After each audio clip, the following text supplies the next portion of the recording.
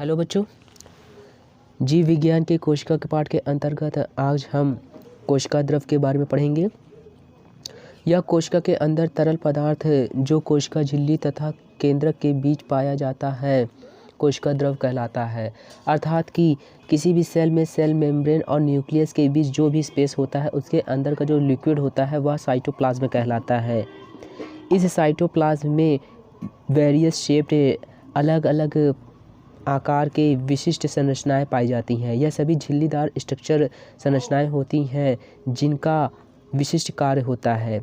इन विशिष्ट कार्यों यानी सेल ऑर्गेनेल्स या कोशिका के वे भाग जो कोशिका द्रव में पाए जाते हैं, जो दोहरी झिल्ली वाली संरचनाएं होती हैं जिनका विशिष्ट कार्य होता है, इन्हें हम कोशिकांग कहते हैं, सेल ऑर्गेनेल्स। कोशिका द्रव के अंदर विशिष्ट झिल्लीदार संरचना जो कोशिका में विशिष्ट कार्य को संपन्न करते हैं, इन संरचना को कोशिकांग कहते हैं। कोशिकांग अर्थात कोशिका के अंग जो दोहरी झिल्ली वाली संरचनाएं हैं जो विभिन्न विशिष्ट कार्यों को करते हैं जो जीवन के लिए आवश्यक हैं, इन्हें हम सेल ऑर्गेनेल्स कहते हैं। जैसे कि mitochondria, chloroplast, endoplasmic reticulum, ribosome etcetera. कोशिका द्रव तथा केंद्रक मिलकर प्रोटोप्लाज्म अर्थात जीव द्रव्य का निर्माण करते हैं। यह जीवन का भौतिक आधार है। कोशिकांग अर्थात यह कोशिका के अंगक हैं, झिल्लीदार संरचनाएं हैं या यूकेरियोटिक कोशिकाओं में ही उपस्थित होती हैं। वायरस, विषाणु, इसमें किसी प्रकार की झिल्ली वाली संरचनाएं नहीं पाई जाती हैं। यह वायरस या विषाणु सजीव और निर्जीव के बीच की कड़ी कहलाती है। कोशिका के बाहर विषाणु निर्जीव की भांति व्यवहार करता है और सेल्स के अंदर वायरस या विषाणु सजीव की भांति व्यवहार करता है। कोशिका अंगक सेल ऑर्गेनेल्स यह डबल मेम्ब्रेन स्ट्रक्चर हैं जो सेल कंपोनेंट होते हैं, कोशिका के घटक होते हैं। यह वेरियस लाइफ प्रोसेस को फॉलो करते हैं, संपन्न करते हैं, उनको कंडक्ट करते हैं, विभिन्न जीवन संबंधी क्रियाओं का संचालन करते हैं। इनको इलेक्ट्रॉन सूक्ष्मदर्शी से ही देखा जा सकता है। कुछ कोशिकांग जैसे कि यहाँ पर दिए गए हैं: माइटोकॉन्ड्रिया, क्लोरोप्लास्ट, हरित लवक, गाल्जी बॉडी, गाल्जी उपकरण, लाइसोसोम्स, वैक्यूल, रिक्तिका या राजधानी, एंडोप्लाज्मिक रेटिकुलम अर्थात अंतर्द्रव्यीय जालिका हैं। अंतर्द्रव्यीय जालिका एंडोप्लाज्मिक रेटिकुलम ER यह ट्यूब्यूल से नलिकाओं तथा शीट का बना हुआ सिस्टम तंत्र है। यह संरचना प्लाज्मा झिल्ली या कोशिका झिल्ली की तरह भांति होती है। यह न्यूक्लियर मेम्ब्रेन से कनेक्टेड होती है जो पूरी सेल्स में साइटोप्लाज्म में फैली हुई होती है। अंतर्द्रव्यीय जालिका दो प्रकार की होती हैं: rough ER, smooth ER। Rough endoplasmic reticulum RER, smooth endoplasmic reticulum SER। Rough endoplasmic reticulum में इसमें क्या है, अंतर्द्रव्यीय जालिका की बाहरी सतह पर दानेदार संरचनाएं पाई जाती हैं जिन्हें राइबोसोम कहते हैं। यह प्रोटीन निर्माण का कार्य करते हैं। राइबोसोम्स इस प्रकार इसमें जो प्रोटीन बनता है वह ER के द्वारा कोशिका के विभिन्न भागों में पहुंचा दिए जाते हैं। स्मूथ एंडोप्लाज्मिक रेटिकुलम से यह वसा तथा लिपिड का निर्माण करती हैं। कुछ प्रोटीन तथा वसा कोशिका झिल्ली बनाने का कार्य करते हैं। इसे झिल्ली जीवात जनन कहते हैं। गाल्जी उपकरण, गाल्जी एपरेटस और गाल्जी बॉडी, इसकी खोज कैमिलो गाल्जी ने 1898 में की थी। प्लांट में इन्हें डिक्टियोसोम कहते हैं। यह झिल्ली से बनी हुई थैलीनुमा पुटिका संरचनाएं हैं जो एक के ऊपर एक समांतर लगी हुई होती हैं, व्यवस्थित होती हैं। इन्हें कुंडिका कहते हैं। ये अंतर्द्रव्यीय जालिका से जुड़ी रहती हैं।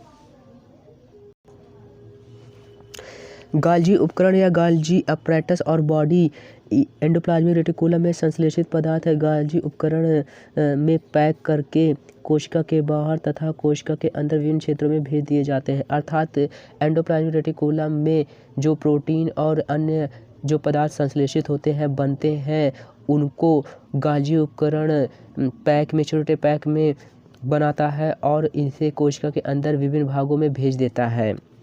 इस प्रकार गाल्जी उपकरण सबस्टेंस पदार्थों के स्टोरेज, संचयन, ट्रांसफॉर्मेशन, उसके रूपांतरण तथा उसके पैकिंग का कार्य करता है।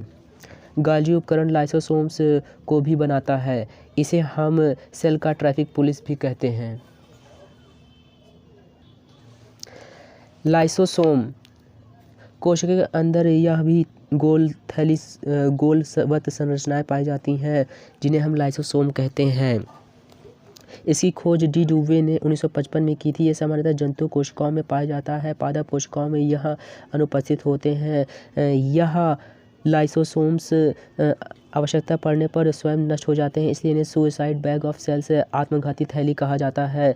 यह संक्रमित कोशिकाओं के अंदर जो लाइसोसोम उपस्थित होते हैं स्वयं नष्ट हो जाते हैं, जिससे यह संक्रमित कोशिका और उसमें उपस्थित रोगजनक कारक को नष्ट कर देते हैं उनका पाचन करके। यह कोशिका के टूटे फूटे भागों को पचाकर नष्ट कर देते हैं। यह इस प्रकार यह कमज़ोर, संक्रमित और डेड कोशिकाओं को शरीर से हटा देती हैं, कोशिका को साफ करती हैं। बाहरी पदार्थ जैसे कि बैक्टीरिया हो या फिर कोई ग्रहण किया हुआ भोजन हो या कोई पुराने सेल ऑर्गेनेल्स हो, उन सभी को लाइसोसोम अपने द्वारा संश्लेषित बहुत ही प्रबल पाचक या पाचन प्रक्रिया द्वारा उनको नष्ट कर देती है। लाइसोसोम के अंदर जो रस पाए जाते हैं यह विकर पाचन में बहुत ही सहायक होते हैं और इस प्रकार यह पाचन की प्रक्रिया, डाइजेशन की प्रक्रिया के द्वारा बाहरी पदार्थ, extra cellular substances, bacteria, foods और सेल ऑर्गेनल्स को ये डाइजेस्ट करके उन्हें पचाकर नष्ट कर देते हैं। लाइसोसोम के अंदर जो रस पाए जाते हैं वह बहुत ही प्रबल एंजाइम होते हैं जो पाचन में महत्वपूर्ण भूमिका निभाते हैं। लाइसोसोम में शक्तिशाली पाचक एंजाइम होते हैं। रफ एंडोप्लाज्मिक रेटिकुलम्स, इसमें जो राइबोसोम होते हैं उसकी वजह से ही एंडोप्लाज्मिक रेटिकुलम रफ होता है और इन राइबोसोम के माध्यम से ही प्रोटीन का निर्माण होता है। ये प्रोटीन ही एंजाइम के निर्माण में भाग लेते हैं और इन्हीं एंजाइम्स के द्वारा पाचन की प्रक्रिया संपन्न होती है।